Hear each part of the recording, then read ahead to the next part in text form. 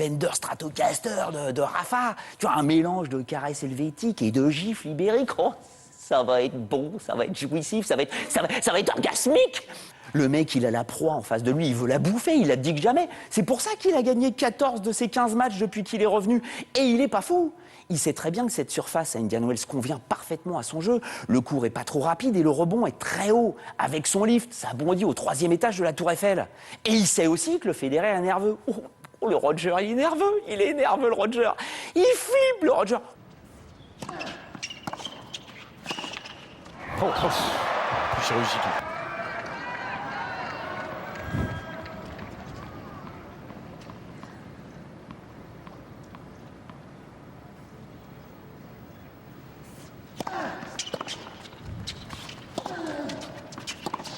Ah voilà, un dernier revers complètement manqué de la part de Federer sur une balle un petit peu neutre.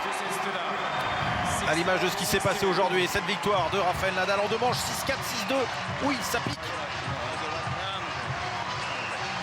Mais une belle victoire quand même, ça fait plaisir de revoir Rafael Nadal au plus haut niveau dans les grands tournois.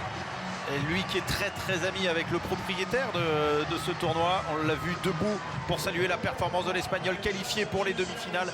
Décidément, le retour de l'Espagnol aux affaires se passe bien. Il avait gagné son premier titre dès son 2e tournoi.